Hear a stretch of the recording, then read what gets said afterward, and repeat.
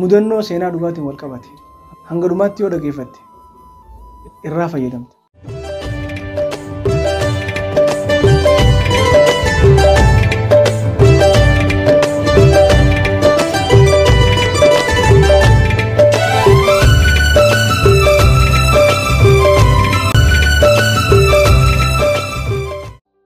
السلام عليكم ورحمة الله وبركاته.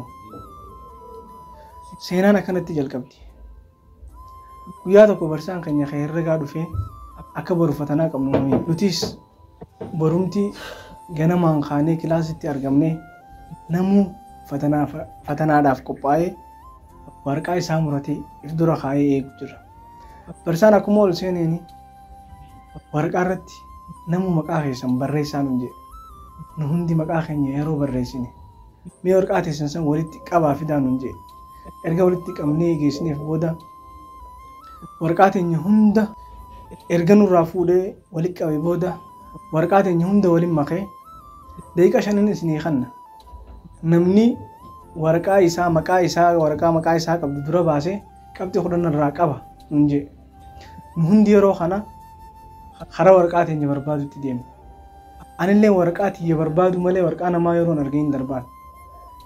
Asoo akkas jennu daqiiqa 5 miti daqiiqa 10 nu fudhatte yeroo kana barsaam namni tokkoon arganne daqiiqa 10 guutuu barbaanne namni tokkoon arganne maqaa isaa yeroo kana barsaam mee guutuu akka dhaabbadhaan nun jee maal nun jee atillee yoo waraqaa saahiba keetii takkaa waraqaa obboleessa keetii takkaa waraqaa nama maqaa beektuu agarte asoon darbine dura nama saniif kanni ergasii waraqaatii barbaaddadhu mee akkana godhaati ammallee daqiiqa 5 tadabalataatiin isinii kannaa barbaada maqaa kana baasaa jee yeroo lamaffaaf irra deebinee yeroo barbaannu anillee yeroo maqaa saahibni xiyyaa takka waa maqaa namaa nan beeku na dura dhufe nama sayyaameetiin fin kannaaf namni san argate jechuudha. Namni sanis yeroo akkasitti daqiiqa 2 keessatti finne waraqaa tana. Hikmaan haasawaa kana keessa jiru maali? Gammachuu obboleessa keetii yoo barbaadde rabbiin gammachuu siin barbaada. Gammachuu ta'e yoo barbaadde gammachuu ta'e dura gammachuu obboleessa keetii dursi. Tarii sababa ati obboleessa keessan gammachiistee obboleessa keessan siif gammadeef rabbiin waan san caaluun si gammachiisu mala. Waan hedduu irraa hubattan irraa barattan jeetii yaada.